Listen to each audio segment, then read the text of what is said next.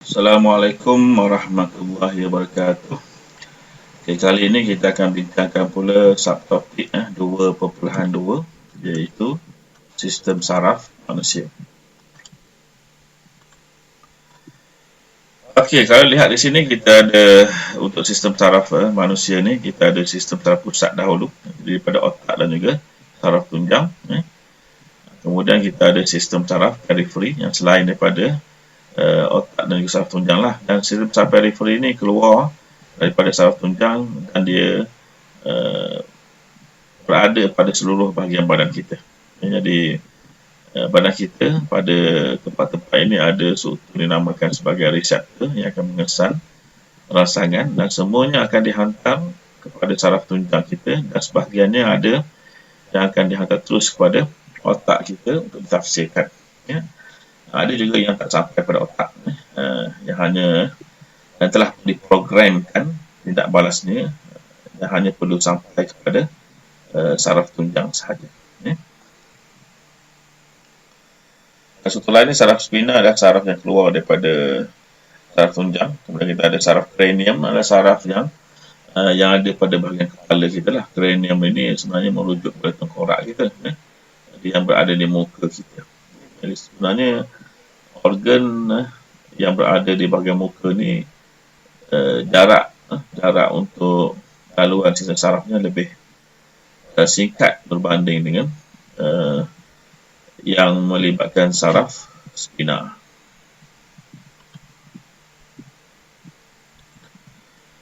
Okey, jadi untuk yang pertama kita tengok sistem saraf pusat, ini akan menerima maklumat daripada organ deria. Organ deria ini ada banyak struktur dinamakan sebagai reseptor.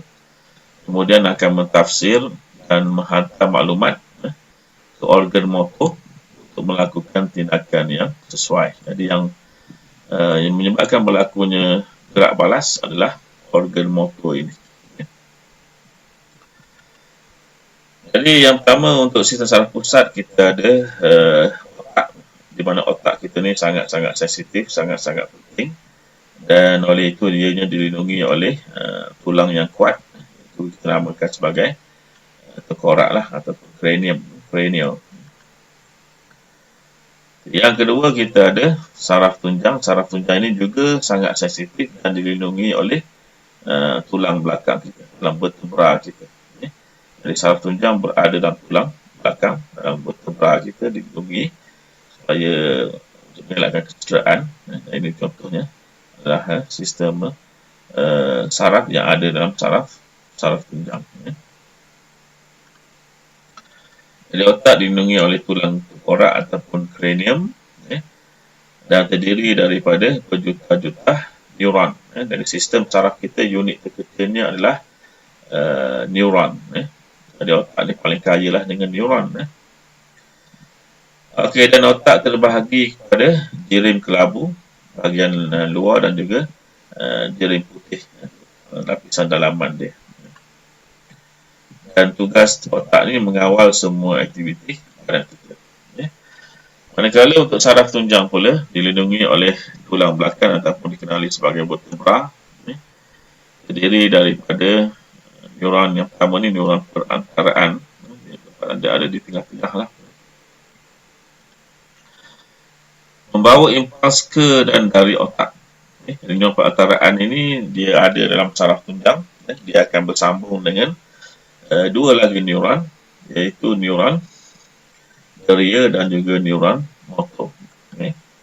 Jadi tugas saraf tunjang antara yang selain daripada membawa isyarat atau maklumat daripada saraf periferi ke otak, dia juga mengawal tindakan refleks. Tindakan refleks ini merupakan tindakan yang berlaku dengan serta-merta, yang tak perlu ditafsirkan oleh otak, kerana jika ditafsirkan oleh otak, dia mengambil masa lebih lama lah, dan jadi itu boleh menyebabkan kecederaan pada badan kita. Jadi biasanya tindakan refleks ini adalah untuk mengelakkan kecederaan pada badan kita, mengelakkan kematian lah.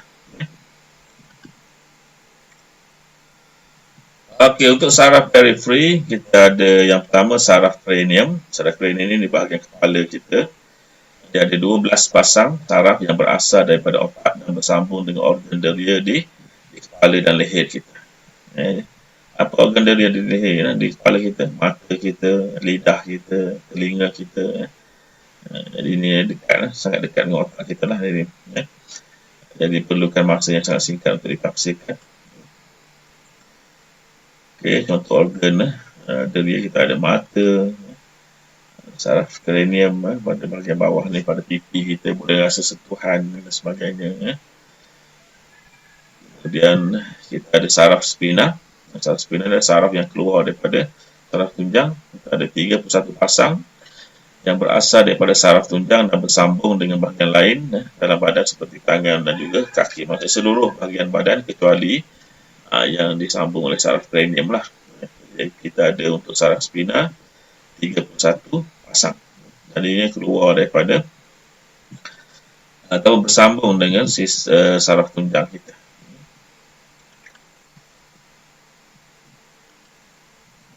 Contohnya lah ini yang keluar daripada saraf tunjang kita pergi ke tempat-tempat lain melalui saraf spina ini.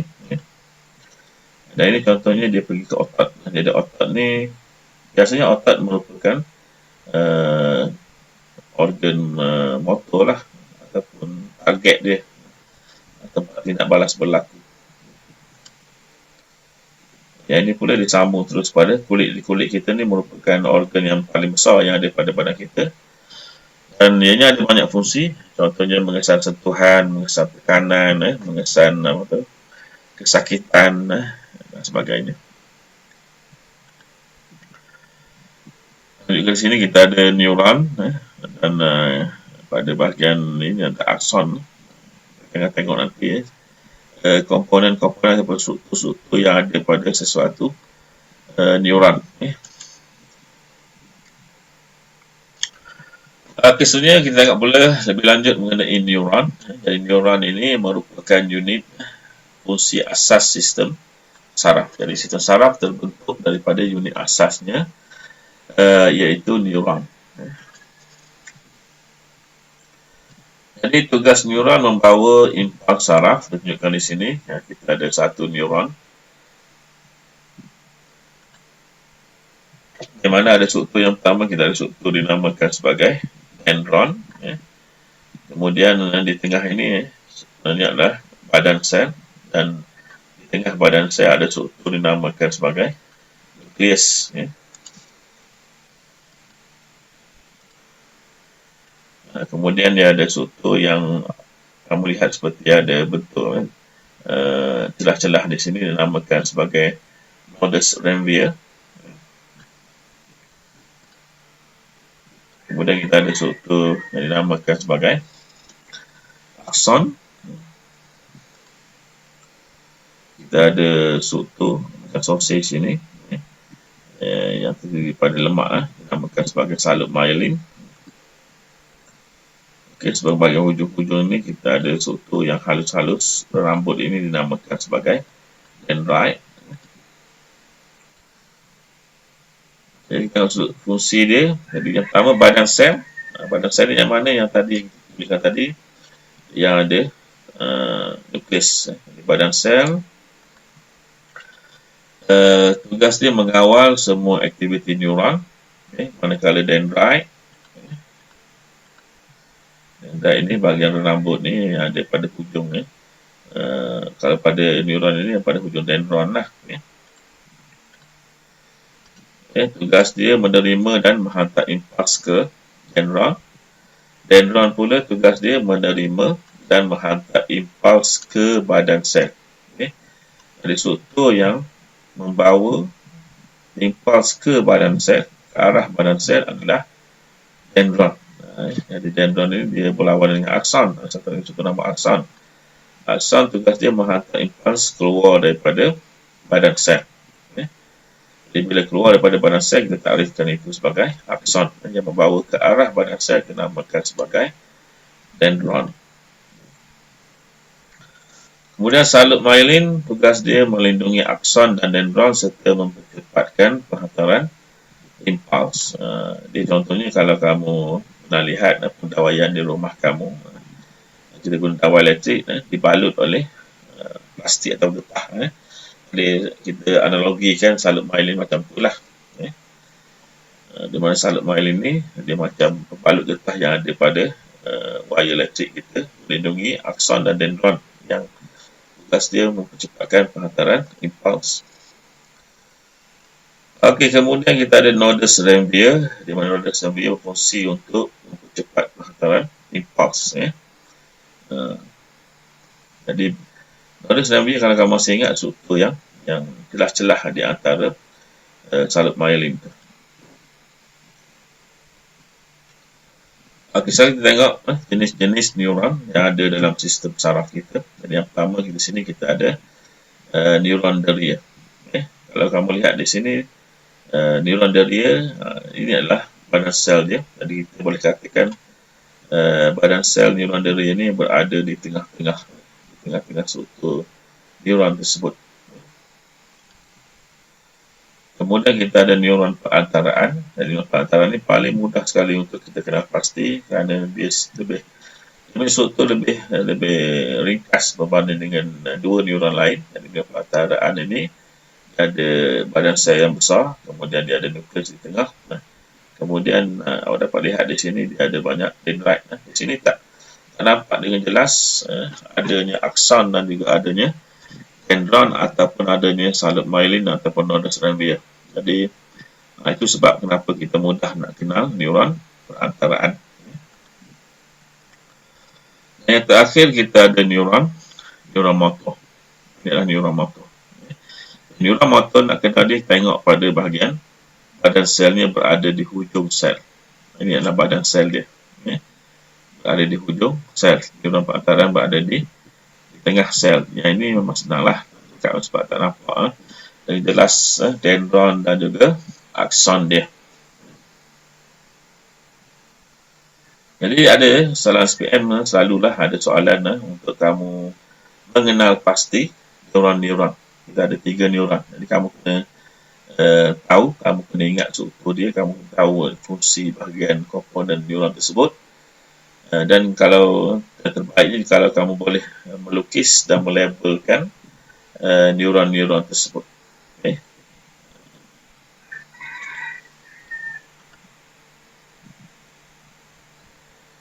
Okey, sekarang dengan lebih lanjut mengenai neuron deria. Jadi yang pertama, ini ada struktur dinamakan sebagai salib myelin. Ini pun ada pada neuron sebelum ini kita bincangkan. Kemudian ada arah impuls. Impuls juga di sini. Jadi maksudnya impuls akan diterima di sini. Dan impuls akan bergerak menuju ke arah badan sel. Jadi bila menuju ke arah badan sel, maka bahagian ini dikenali sebagai apa? Kalau menuju ke arah badan sel, maka ianya akan dikenali sebagai dendron. Dendron di Allah. Bila menggunakan mouse ini susah untuk menulis. Itu merupakan dendron.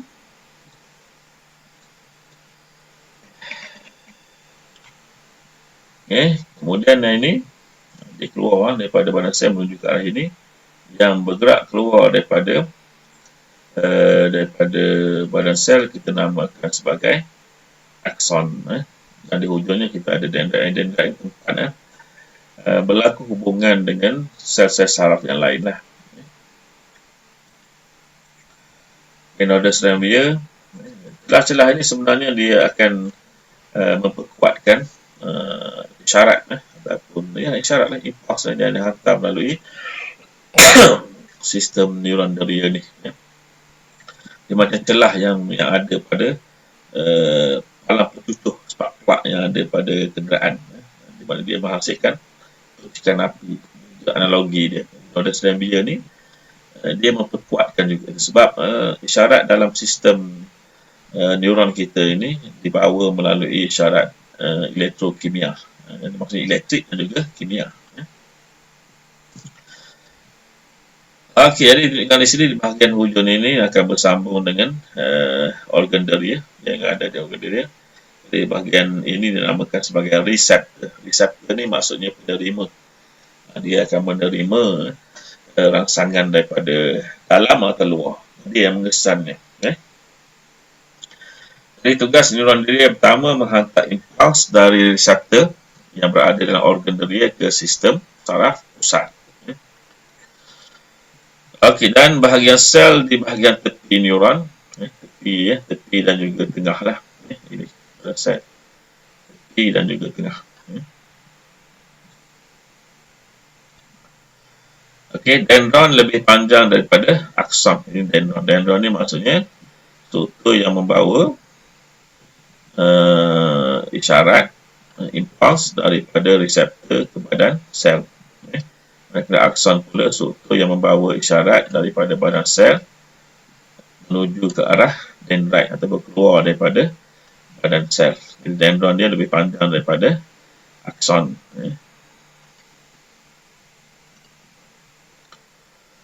Okey, sini tengok pula neuron perantaraan. Jadi ini arah impuls dia. Jadi neuron perantaraan ni banyak. Kedudukan dia biasanya dalam saraf tunjang dan dalam otak gitulah. Jadi struktur utama dia ada dendrit, tengah ada badan sel dan nukleus.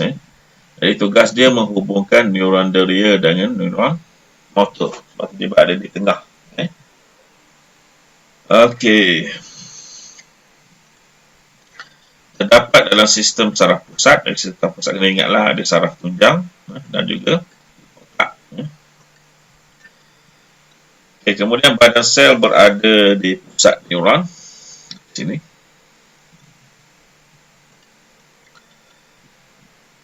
Dan akson dan dendron memperluas daripada badan sel. Okay. Maksudnya di sini kalau ini aliran sarafnya, aliran isyaratnya ke sini, maka ini merupakan dendron. Tapi kita dapat lihat dengan jelas salut myelin dan sebagainya. Dan jadi ini merupakan dendron, dan akson adalah kalau di sini tempat keluarnya isyarat tadi, maka bahagian ini kita namakan sebagai akson lah.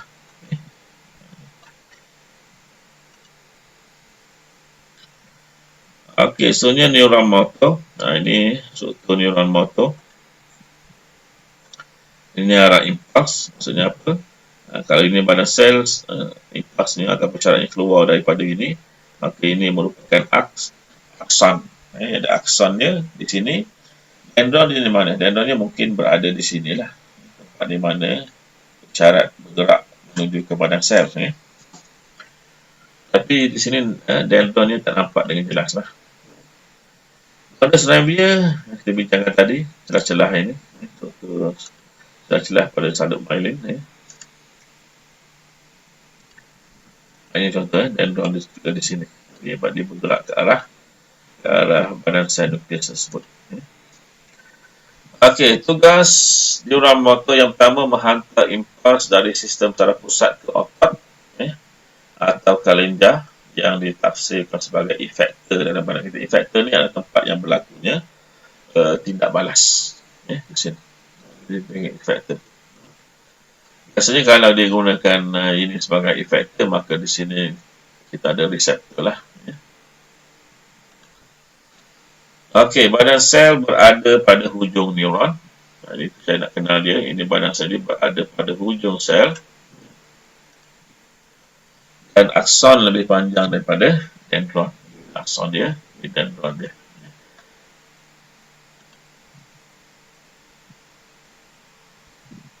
Jadi ini tunjukkanlah soalan-soalan SPM dari tahun 2005 dan juga 2012. Dan ini ada soalan objektif. 2006 ada satu, 2007 ada satu, 2010 ada satu, 2011, 2012. Ini yang lama punya lah. Untuk mendapatkan lebih jelas, kita tengok pada analisis tahun-tahun yang terbaru lah. Sehingga tahun 2019. Jadi kita berhenti dulu di sini untuk subtopik ini. Assalamualaikum warahmatullahi wabarakatuh.